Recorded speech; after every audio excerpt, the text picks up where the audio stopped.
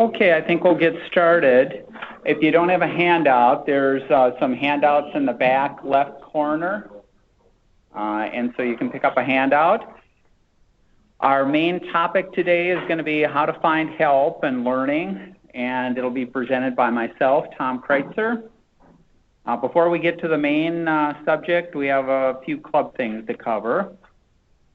Our next meeting is going to be Tuesday, October 18th in the Caribbean room, so it's in the room right over there, and another Tuesday. And that'll be on how to set up your home computer. And I'll be giving that presentation. We'll talk about ergonomics, how to lay out the different things, how to connect them, things that you can do to set up your home computer there. Also, a few tips on Wi-Fi and some other things there. Also, we do have a Macintosh special interest group meetings every month, and the next one is Friday, September 23rd, and that's at the 201 auditorium. And if you have a tablet, an Apple tablet, or a phone, or a computer, certainly that's a nice meeting to go to, and they have lots of different information. They usually don't set their agenda until right before the meeting, but again, everybody is welcome. You can attend both these, no problem there. Our officers, Jim Holman is our president. I don't see Jim. Linda Brown is our vice president. Paul Ebert is our membership secretary, and Paul's here in the second row there. Mike Griffin does lead our MACSAC, and he's also our treasurer. Stan Miller is our secretary. Andrew Petrucci is our communications coordinator. And myself, I'm Tom Kreuzer. I'm a director at large. Members old and new, if you want to pay your dues, it's $8, and you can pay it to Paul. Also a reminder, if you do change email providers, make sure you notify us, or you retire from 3M, make sure you notify us of your new email address, and because that's the way we keep in touch and send out notices. If you have any suggestions for topics, you can email your ideas for topics to any of the board members, or just talk to us also. We're also looking for volunteers to present on any hardware or software that you use. Could be something that you use at home, could be something that you do at work. Whatever's fine. If you don't want to present, we also have a monthly newsletter, and you can write as short as a sentence or two, or as long as many pages as you want, and we'll include it in our monthly newsletter. Our website, and the website is listed on the back of the handout there. The website, we do post our slides and our handouts, and if we record the meeting like we're doing today, that'll also be available out there, so you can take a look at that afterwards, or any meeting that you might have missed. We also have a deals section, and we have the monthly eBites newsletters are also out there. Any club questions before we get to the main topic? Okay. Okay, our main topic again is how to find help or learning, and it'll be presented by me, Tom Kreuzer. With the internet, you have just a wealth of information out there, and most of it is free, and that can help you find solutions to almost any question or problem you have. That question may be a personal computer question, or it could be cooking, or it could be how to build something. The tips, and most of the tips and things that I give today will work for any subject or any topic, because again, the internet has this wealth of information and videos and tutorials that you can find help on just about anything under the sun. It may take you a few of the links to find a good solution, but you should be able to find help to just about anything there. Okay, I recommend that you, when you search, you use Google, but you certainly can use some of the other major searches like Bing, Yahoo, Ask Jeeves, or any of the other major search engines. Most of the search engines will contain the same options that I'll be showing next. So I'll be showing how to do things in search, and you can usually do those in almost all these other packages too. You just may have to look around a little bit or even do the search to see how to change that option. What I've got here is a graphic down here, and this is a graphic of the currently in the United States, which search engines are used the most. And you can see here that Google ends up being used almost 70% of the time for searches in the United States. Bing is used about 20%, Yahoo about 10%, and then you've got a bunch of smaller other search engines that are used. So by far the largest still is Google for searches there. And I should mention that all of these search engines are collecting information from the internet, all over the internet, from all over the world, and they're trying to give you the best answer that they can give you.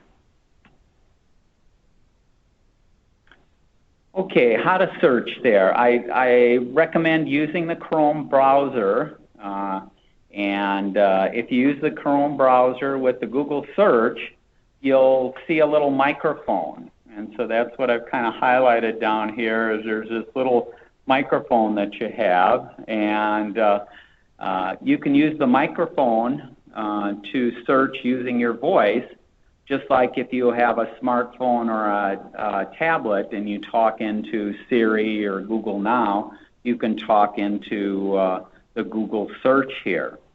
And it doesn't matter which version of Windows you have. You could have a Windows XP and you'd still have the mic there. So it's not just in Windows 10, it's in essentially any version that you're running with the Chrome browser there.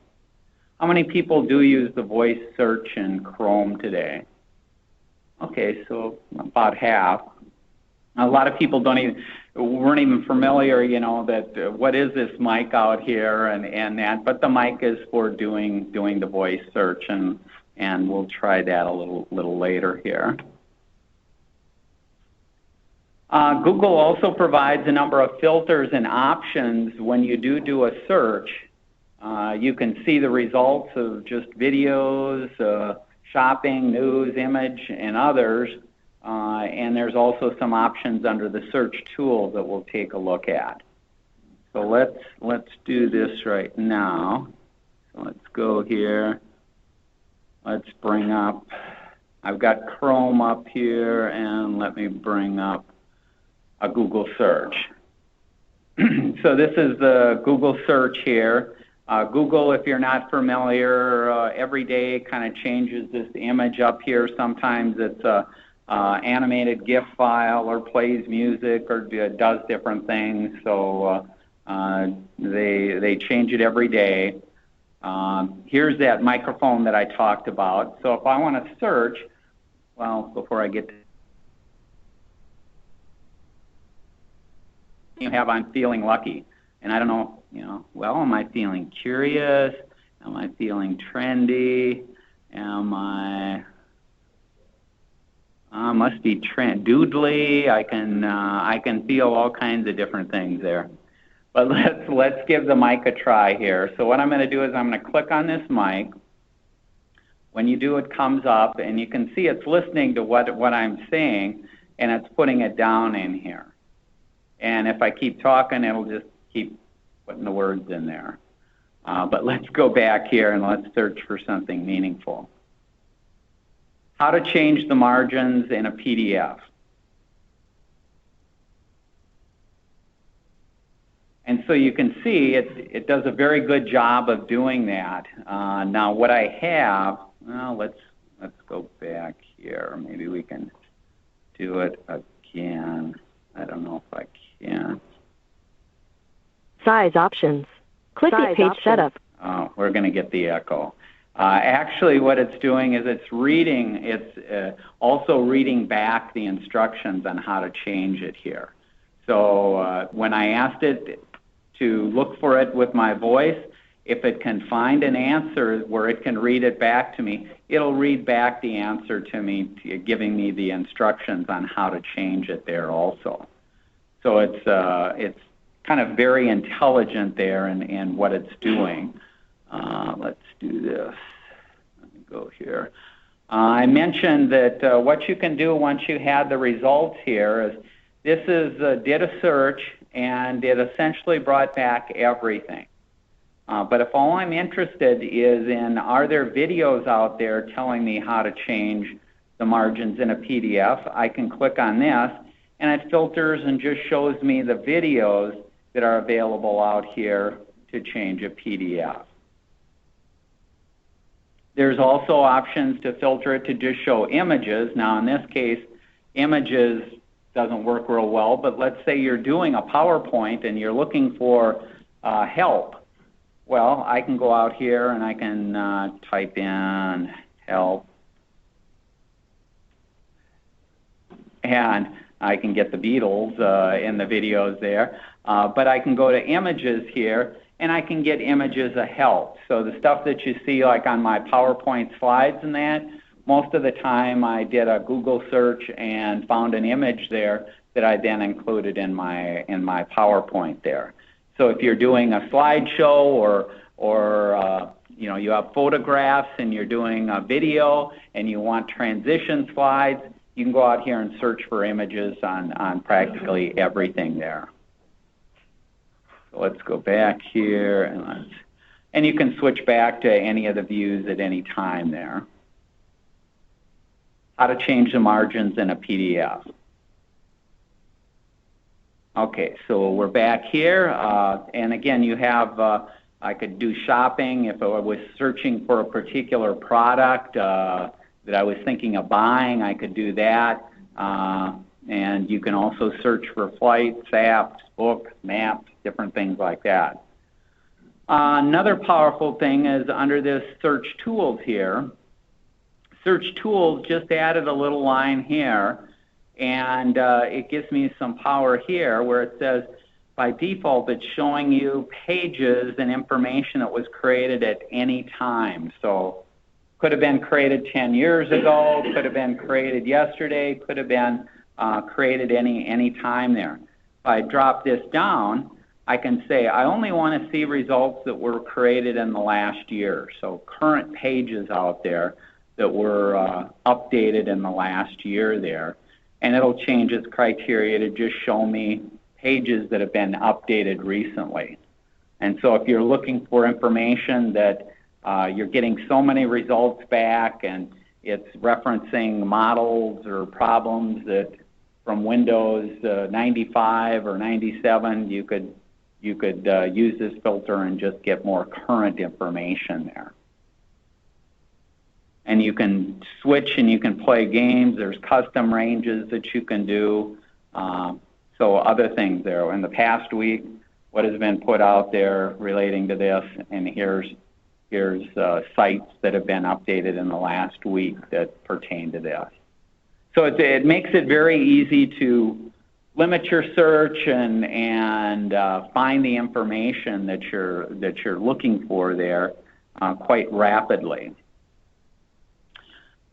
Let's go over here. What you're going to have over here is you have a little gear over here. And this little gear over here, if I click on it, you'll see I have a number of options. And the first option up here, it says search settings. And the search settings is what Google uses by default whenever I do a Google search. So I'm currently logged in. You can see my little picture there. I put my picture out there, but I've logged into Chrome, and so Chrome knows that I'm logged in there. At any time, I could log out. You can have multiple accounts out here. So if you have family members, different family members can log in or out. But currently, I'm logged in, and I can change the defaults that Google uses for searching. So if I click on search settings, you have a bunch of different options that you can change here. And some of the things up here, like this safe search, If you want Google to block or filter out adult content, you can turn on the safe search. So if you have kids, you may not want to have it return results from adult sites or stuff like that. It's just a matter of turning this on, and then they won't see any results from adult sites there.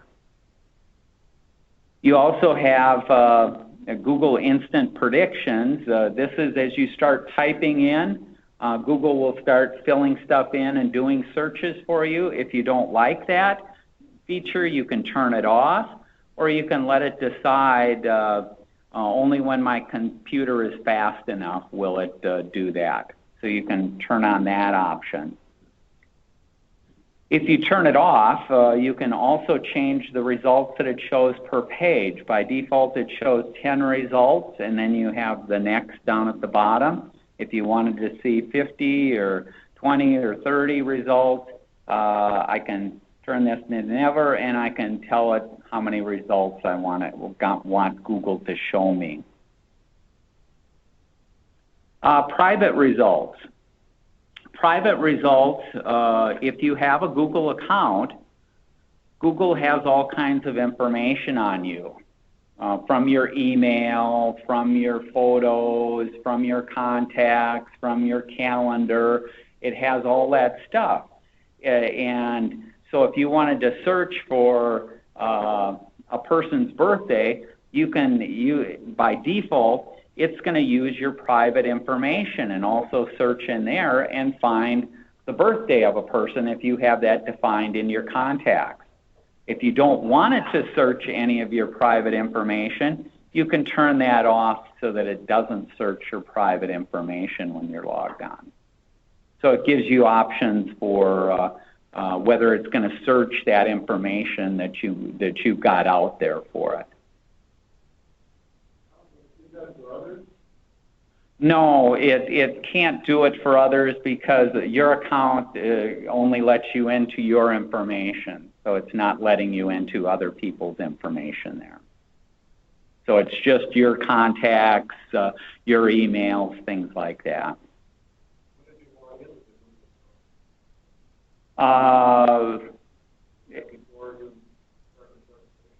No, actually, if you log into Google there, it will stay logged in until you log out.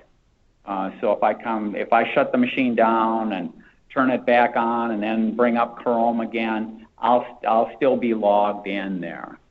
Now I can log out at any time, but this also works for like my Gmail. If I go to my Gmail account, I don't have to put in my account and password and stuff like that. So Google has that.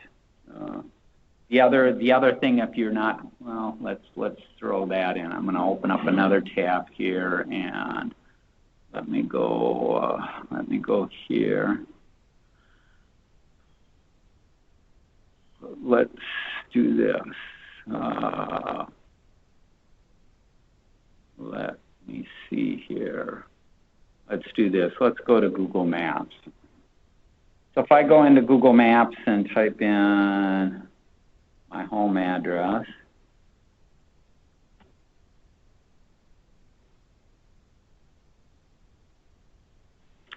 so it's got my home address. Oh, come on here. Oh, I guess I should have selected there. It's got my home address there. Because I'm logged in here, if you have a smartphone, I can do things like send this to my phone. So I can look up, let's say I wanted to get directions, directions from my work here. This is the directions from how to get home here. I have a couple of different options, different times with each of these options. If I choose that this is the route that I really want to go here, I can select that and I can send it to my phone. So your phone will be, if you again registered your phone, and I have Google on my phone there, it can send it directly to the phone, and now in a matter of seconds, it shows up on my phone, and I've got that information. And because I use Chrome on my phone here also, any of the searches that I was doing for information will also show up on my phone. So if I go in here and start typing change margins, it'll automatically fill in change margins on the PDF because it knows that that's what I was looking for, or I just looked for. Yes? Did you log into Gmail or you log into Google? Yes. Yes. So some of the other options here, spoken answers, if you don't like it, maybe you're using it at work and you don't want it to speak back the answers that it finds there, you can turn it off so it doesn't speak back the answers to you. But personally, I like to get the answers back there. This is probably the most handy feature, and this is when results are shown and you click on a result, do you want to have it open up a new window or open up in the window that your search was done at? And so I've turned this on, which means that each time I click on one of those links of what it found, it opens a new tab here, as opposed to just opening it over the existing Google. Because let's go back. Let me go back here. So if I start browsing in here, you'll see it opened a new tab here. So if I determine that, well, this isn't really what I wanted, it's not giving me the answer, I can close this and I'm right back to where I was there. And I can open as many of these as I want or leave it open, and I can always go back to my search. My search is still open in its own window, so I don't have to keep doing a back and things like that to get back to the search results. So that's probably one of the more handy things to change. So you can see I have mine checked, which means it's going to open a new window there when I click on any of the results there. Okay. The other thing you'll notice down here, search history. So what Google is doing, as I mentioned, when I go to my smartphone, it also knows all the searches I've done and shares that information back and forth. Well, it's doing it by keeping track of the history of all the searches that I've done. So if I click on this search history here, let's go. I guess I wasn't signed in here.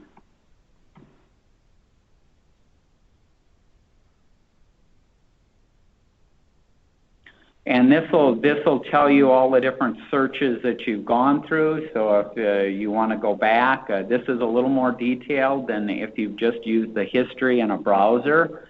So this will have more information and what it found and what you went to and things like that. And so it's a handy way of doing things. You can clear it out at any time. You can set your deal to never record it, but it's just nice to have it there for you to always be able to go back to. And you can get at it through the settings there. Let me get back here. Let's go back here. Where are we? During your browser, you delete history, like get rid of history? No. Delete history gets rid of the history within the browser. Google is making history and storing it on the cloud. So it's up on the cloud. It's not on this personal computer, which also means that if I go to I have an Apple tablet, I go to the Apple tablet, I bring up Chrome, I have access to all that stuff there. So it's the same information shared across all these different devices from anywhere. Okay, let's go back here. So you have the search history and stuff like that. So you make a change, and all you do is do a save there, and it'll save your settings there. Okay, next thing about searches, again, we'll go back to the options over here, and you can set your languages, what languages you're interested. By default, it'll look at the country that you're in and set the languages according to that. But if you're also interested in getting results, let's say, that are in Spanish or in Chinese, you can say that you're interested in seeing results from these different languages, and it'll add that so that when you do searches, you'll be able to do that. Here's the advanced search, and here we see the history. This will just take us to that page that we were just at before, showing the history of the searches that I did there. So you can get to it quickly that way, or if you wanted to turn on or off that safe search so that adult sites don't show up, you can also do that there. Let's go to the advanced search. The advanced search allows you to be able to do just about anything under the sun. So rather than having to memorize syntax on how to do searches of the full words or contains or things like that, I recommend that you use the advanced search. In the advanced search, you just, again, go to the options there, go down to advanced search. From here, what you can then do is you can add. So you can see it brought over all the words that I had done in my first Google search there. And by default, Google was doing an and. So it was taking all these words, how, and the word to, and change, and margins, and PDF, and it was doing ands on all those words. If I wanted to do something of an exact phrase, so like in this example, they're talking about a rat terrier. They don't want all the articles that talk about rats, and they don't want all the articles that talk about terrier. They want only rat terrier. Then you can put it in here, and essentially it's putting tick marks around those words that have to be together. Because the ands up here, they can be in any order.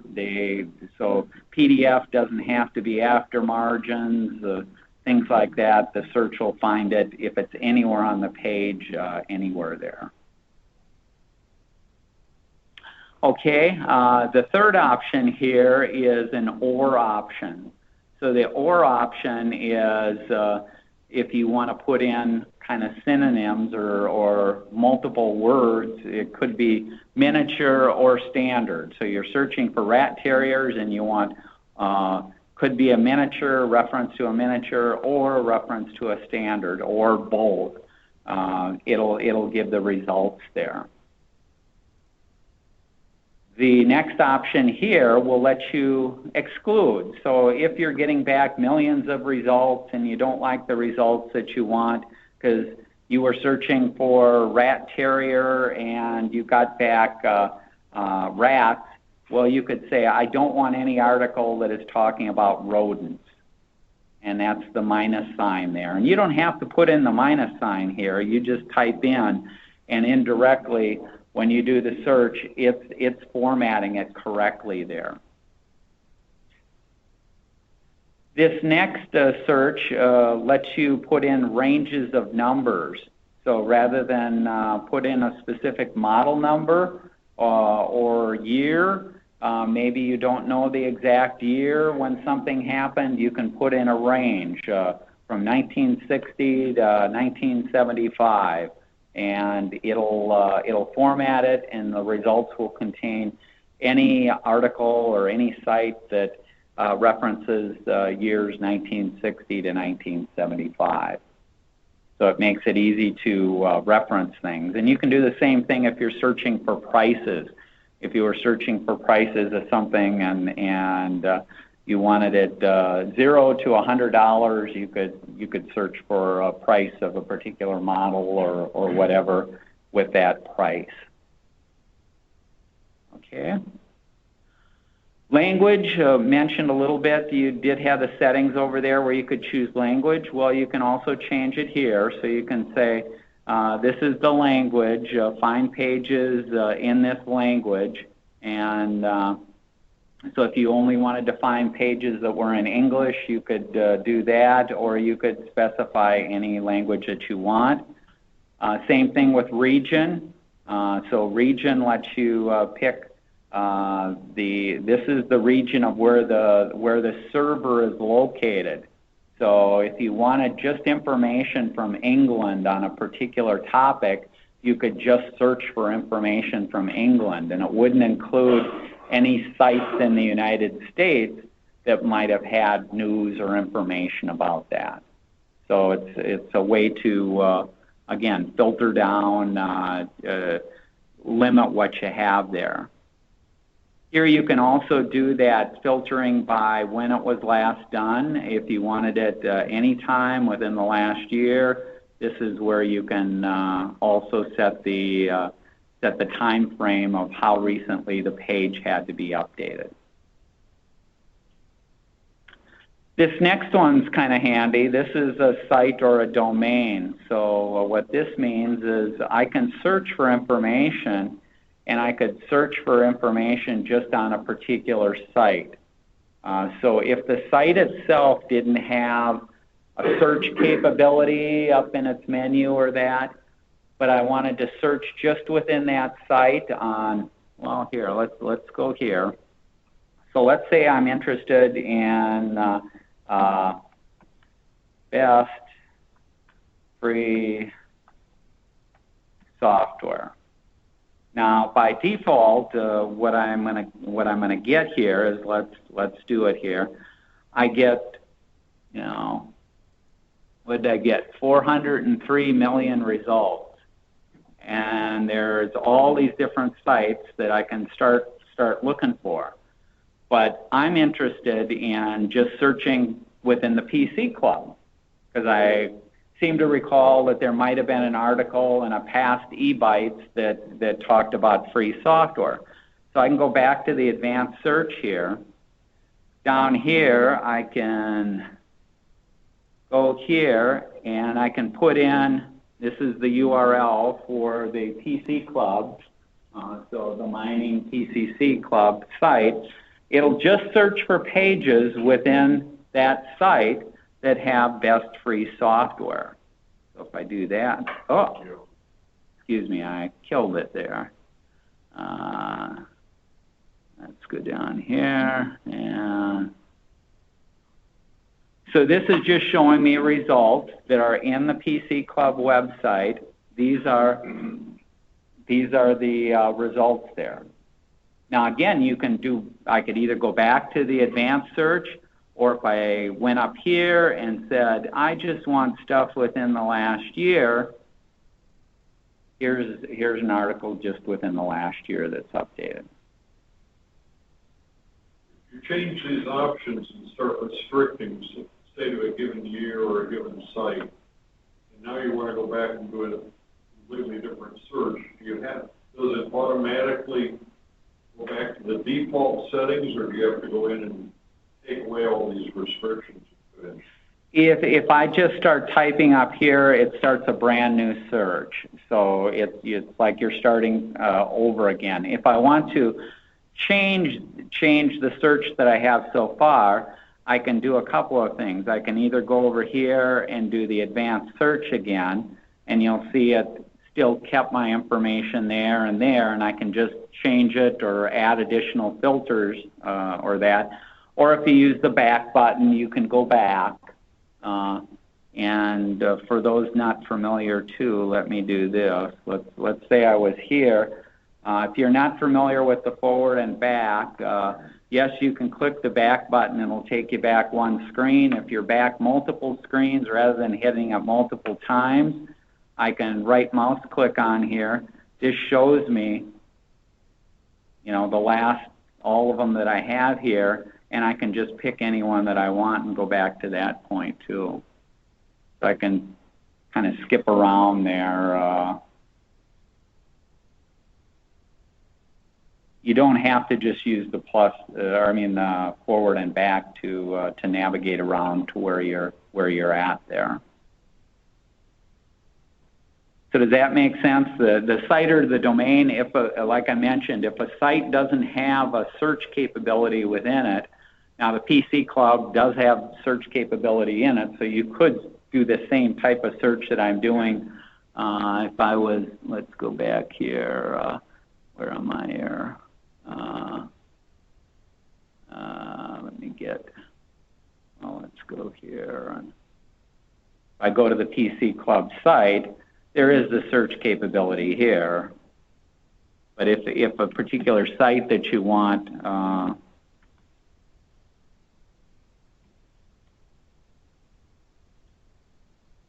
so there I'm essentially getting a search within the site also. It's not searching outside the site. But a lot of sites don't have a search capability, and if you want to be able to search them, you can put in that site or domain and just search within that. Okay.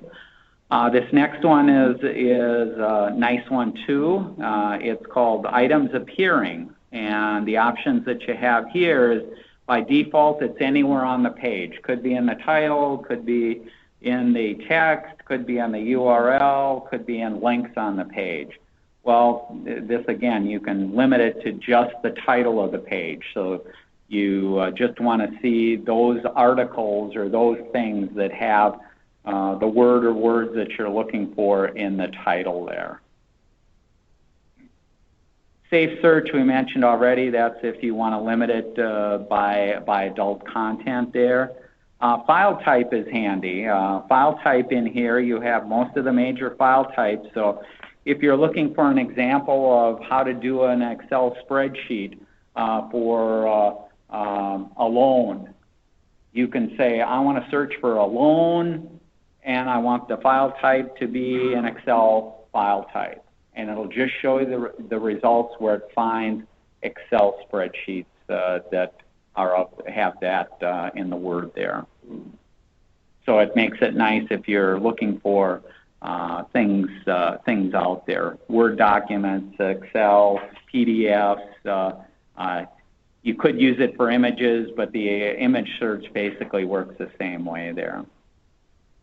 Usage rights, if you were interested on stuff that was free or commercially available, this lets you see some of the licensing that might be available for an image or for a document that you were trying to pull in there. Okay. Let's go back here. I think I skipped something back here. So we were searching by the voice there. The thing to remember, if you are typing, don't worry about spelling or capitalization. It doesn't matter. So don't be all hung up on, well, it's got to be a capital. No, it doesn't do anything there. Spelling, it automatically corrects spelling and things like that, or looks for like words. So you don't have to be very careful there.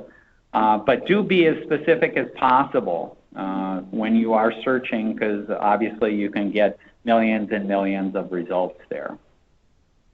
Let me bring this up, excuse me. Google, we talked about all the filters, going to the advanced search there, and I recommend the advanced search over having to memorize the special codes, the minus sign, the tick marks, the dashes, the dots, things like that to do your searches. All you have to do is remember, go over here, do the advanced search, and you can type in any, then you can do your stuff there. The other thing I'll mention with Google, frequently you do get results that have the word "add" here. And if you're not familiar, all the results that show the word "add" there are results the companies have paid to have shown at the top of results. So I never trust those. So if you're searching for a product review or you're searching for something like that, I disregard all the ads because, again, a company paid money so that their listing would show up here. So if you're searching, like in this case, for Wi-Fi routers, I wouldn't look at any of these reviews because, again, the company paid. They want it to show at the top, and people think this may be the top result. No, the top result is this first one that is not an ad. That's what you're doing there.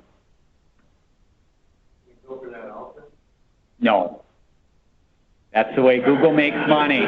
Google makes money by selling ads. If you could filter it out, there wouldn't be a company that would want to pay money to have their ad there because everyone would filter it out.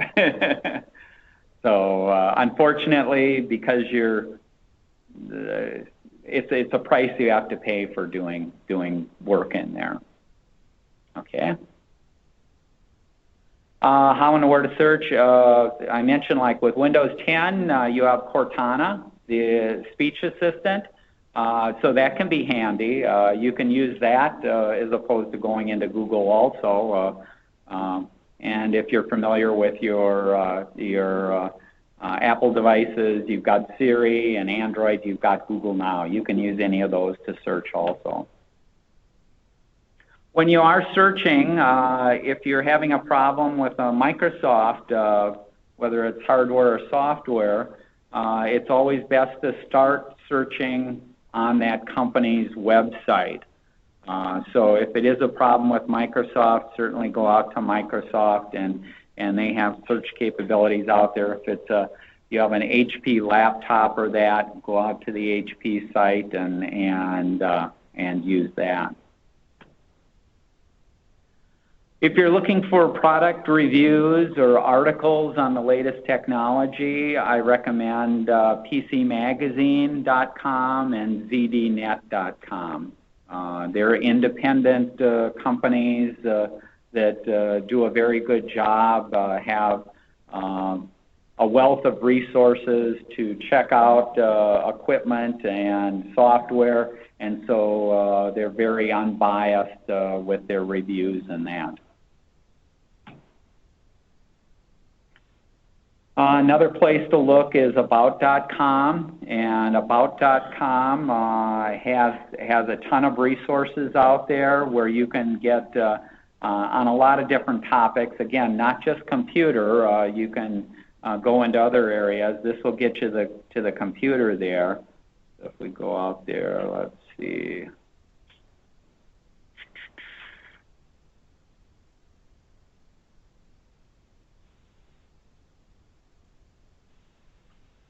So About lets you go in, buy food, health, home, money, style, tech, and again, a wealth of information on a wide variety of topics are out there.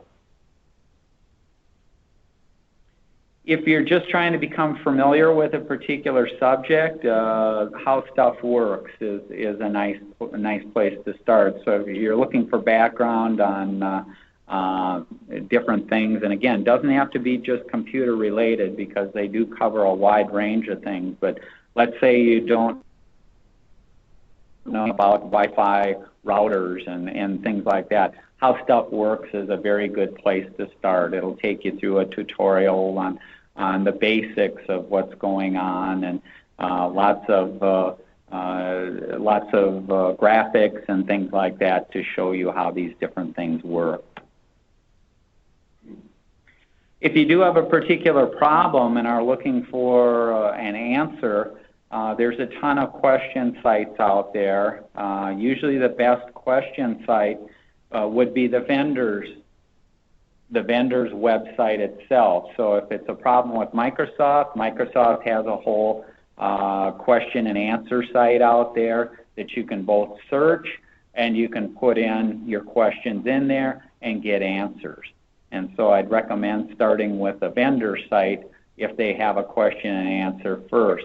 If they don't, what you can do is you can just do a quick Google search of questions about this particular topic, and you'll end up with a bunch of sites where you can enter a question. You're free of charge, or 99% of them are free of charge. You can put in a question, and then somebody from the community will provide an answer.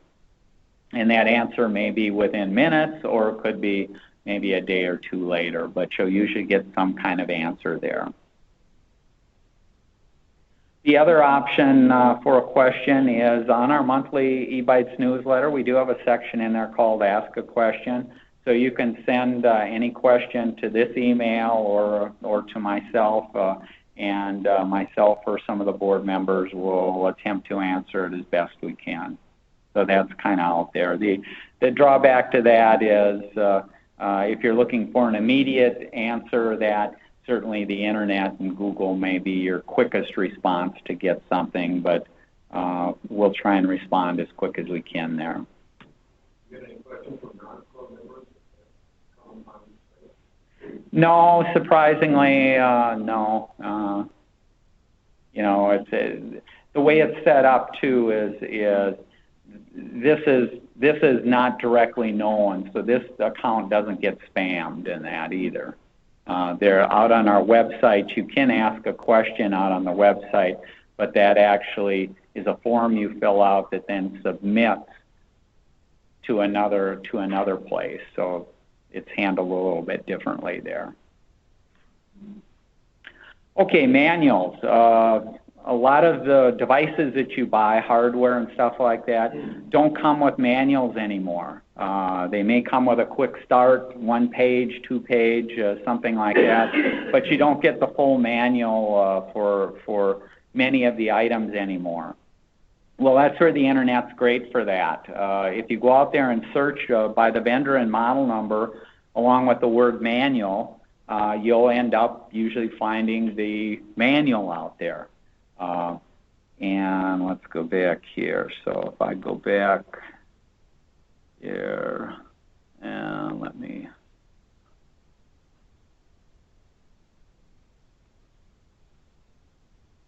so I'm going to search for a Belkin N450 manual, and that's a router.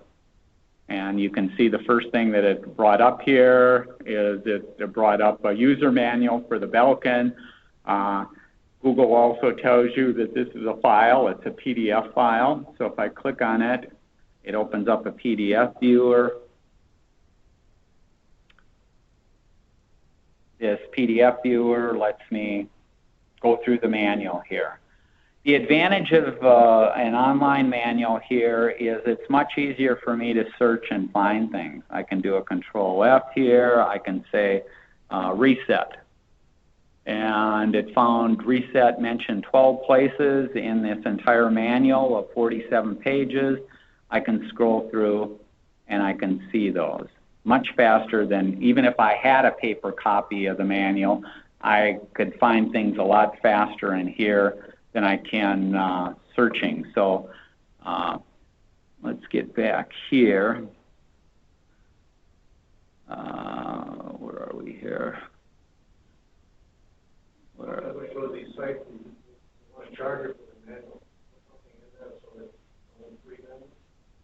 You can put free manuals in there.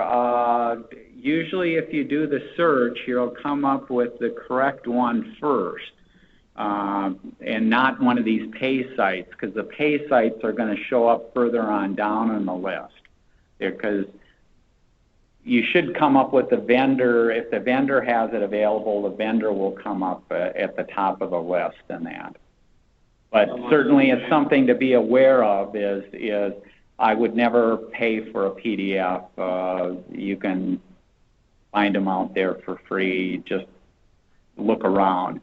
And when you do find them, I mention in here, what I'll usually do with the manuals is I'll save them locally on my hard drive or on a hard drive there, and I name them. I put them in a particular directory and I name them. So you want to do that when you get a new device, not wait 5 years or 6 years later. If you do it right away, you have a better chance of finding the manual than you do 5 or 10 years. Yes, Jim? Some of the manufacturers, they may not have the current manual. If you send them an email on their contact form, they'll send you the manual. Okay. That's a good idea, and that. But you do want to get your manuals. Like I mentioned, the PDFs are easy to search. I always look online at my manuals before I look in the printed. I have a file cabinet where I usually keep my warranties and manuals, but I usually don't have to look there anymore because so much of it is online. Even The other day I was replacing the line on my weed whipper, and I didn't know the size, what to buy, the size there. Well, it took me all of 2 minutes to go through my PDF directory, find the manual for it, and find the size that I had to buy. I mentioned here I also end up buying PC equipment at church and garage sales, and obviously a lot of that stuff doesn't come with manuals, so that's where I find the internet great there to be able to look up the stuff there. Tutorials. First place you should always check for tutorials is with the software or the application that you've got. So many people forget that when you buy a package, almost every package has a question mark or a help up in the menu, and by all means, that's the first place that you should look for help or tutorials on how to do things, because again, this was written by the company and usually has the best help that's available there. So always check for help. Press the F1. Look for the question mark. Look for the help up in the corner there, and you'll usually have better luck there. Okay. Yeah. Hit F1. If you don't find it, you can search on Google, and again, if you're looking for videos on how to do it, you can do the filtering by videos, or you can go to YouTube and search on just YouTube for the information also, and you'll usually find stuff. If you're a current 3M employee and you're looking for information on the Office suite and some of the things that 3M has, I highly recommend these Brainstorm learning videos. Let's bring that up. But you do have to be a current 3M employee to access this.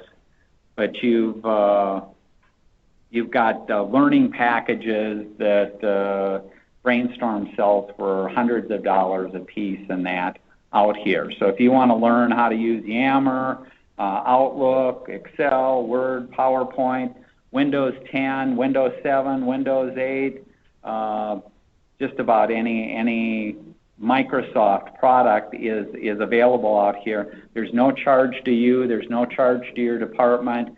You can watch them as much as you want, as often as you want there. And some of them are broken down into different, let's go.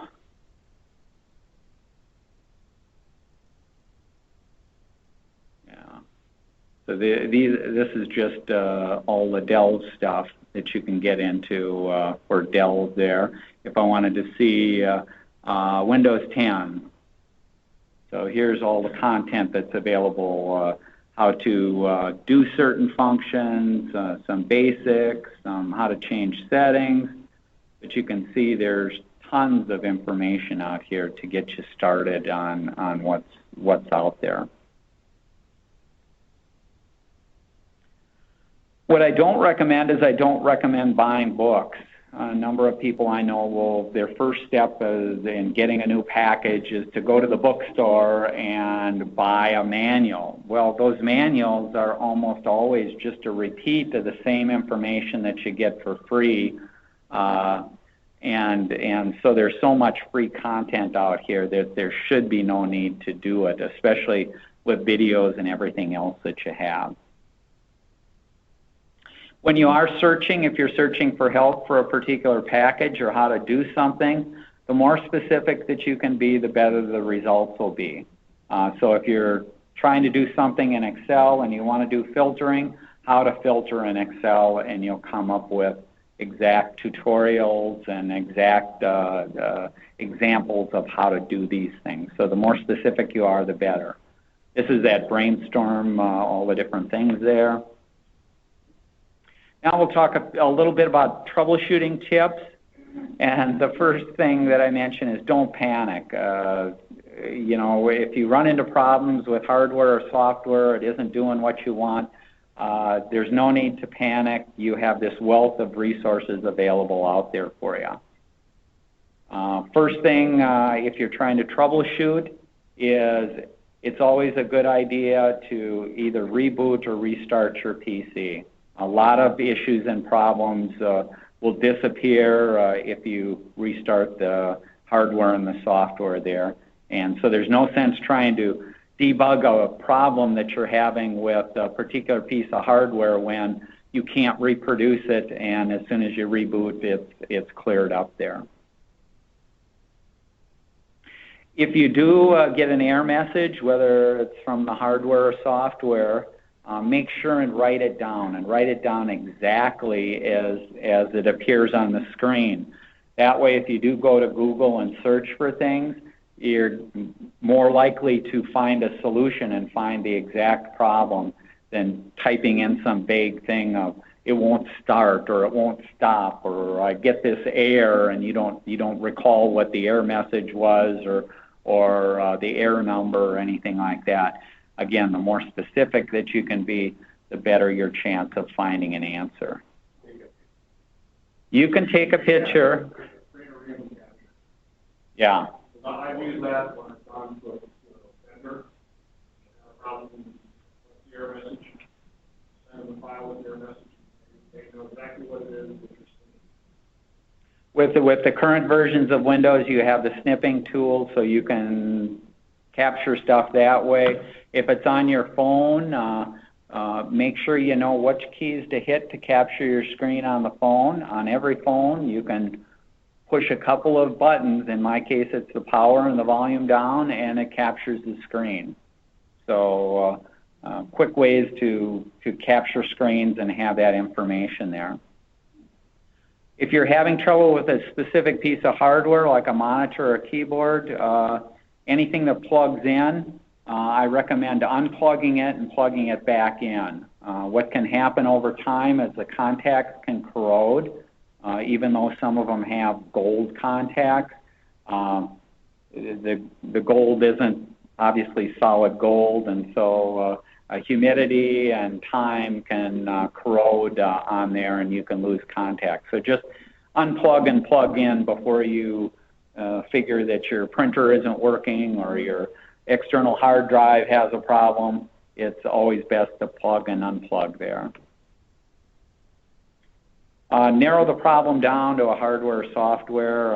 It doesn't do you any good to start searching if you don't know whether it's caused by a particular device or it's caused by a particular version of software. So you do have to narrow it down somewhat. If it's an OS problem or a particular hardware problem that relates to an Apple or a Macintosh, you do have the Apple and Macintosh stores where you can get free expert help. So they're Genius bars, stuff like that. You can go in there, you can ask questions, you can bring in your hardware, you can talk to them, and they'll provide free answers there. Microsoft's really should call it in for reservation. It's always a good idea, and the other thing is don't go there on a Saturday afternoon and expect that nobody's going to be there. That's when everybody's going to be there. So the more off time too that you can go, the better you have a chance of actually talking to somebody or not having to wait long to get an answer. In the past, there were a number of stores which would give you a free estimate. So let's say you were having a hardware problem where you could take it in and they'd do the estimate for free of what it costs to get it fixed.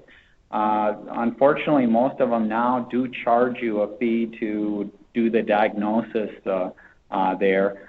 They will credit that diagnosis fee towards the fix if you choose to use their service, but there aren't too many places around that'll just take a look at your PC or Mac and say, oh, I think this is the problem, and not charge you anything for it. So just be prepared for that. Hardware problems. If you do have a hardware problem, figure your options on is it cheaper to buy something brand new. So rather than put a couple $100 into a machine, is it better to stick that couple $100 into a new machine there? The other options you have is like in Windows and that, you can restore. If you've got backups, you may be able to do backups or reset the operating system. So those are always options, and it's you kind of have to figure out for yourself how much time and energy and money do you want to put in to try and resolve some of these things. If software or an app isn't working, certainly one of the things that you can do is uninstall it and then reinstall it. Frequently, that'll clear up some of the problems because maybe your software or app stopped working because you installed a different software which changed some other settings.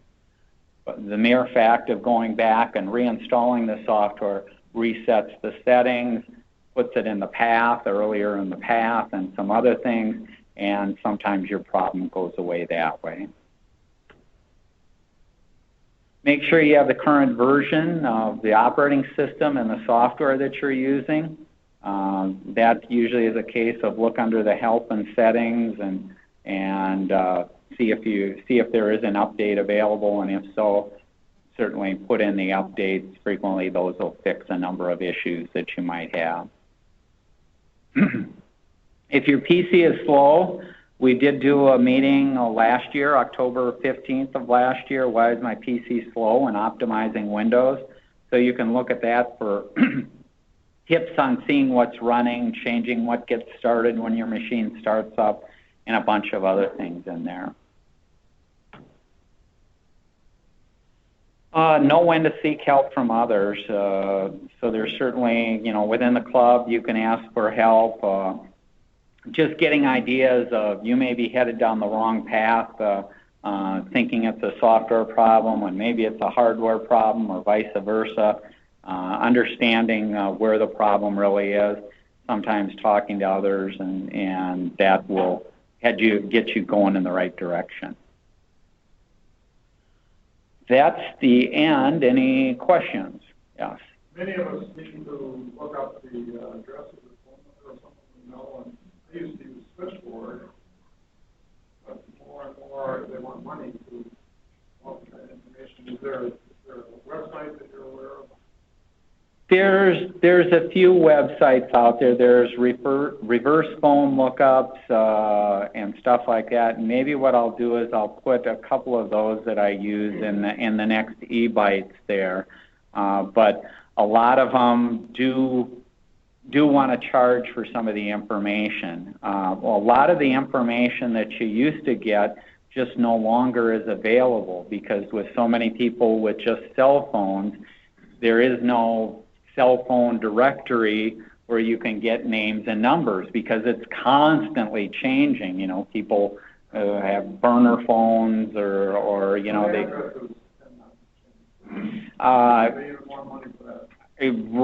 Right, and so there's things there. The white pages does have a reverse phone lookup and stuff like that, and I'll use that sometimes for checking to see whether.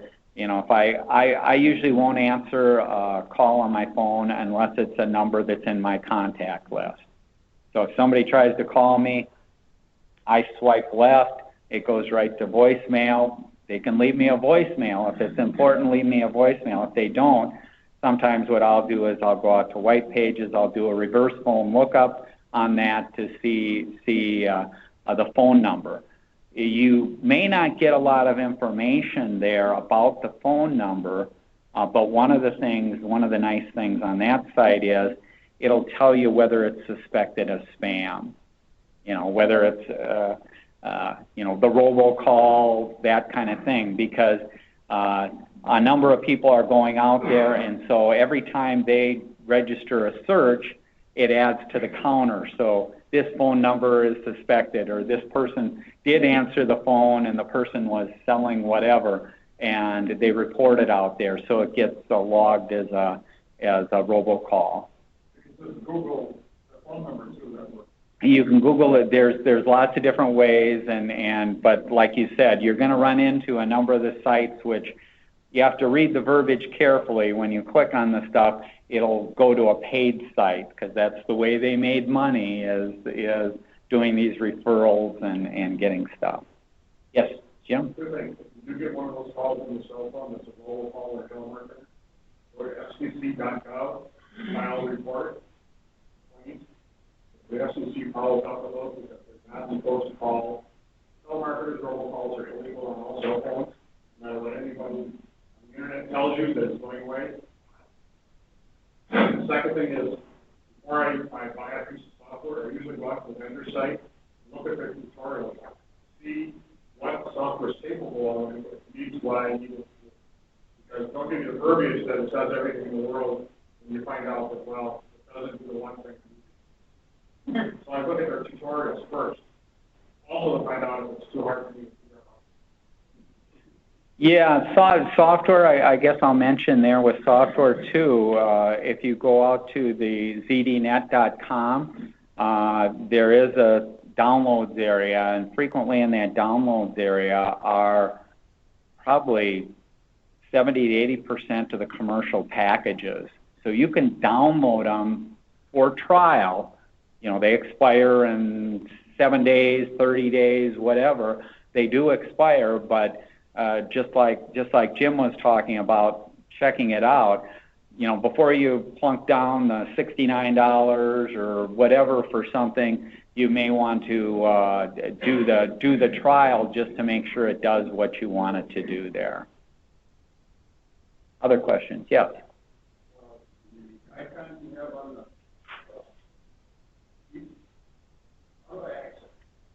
the icon on the sheet, what you'll want to download on your phone or tablet or whatever is an application called QR.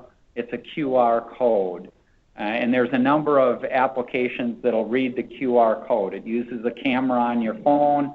You just put it, you open up the application, and then the camera will be on. You put it over there, and then it'll open up the browser to the URL to this site, which is the PC Club site.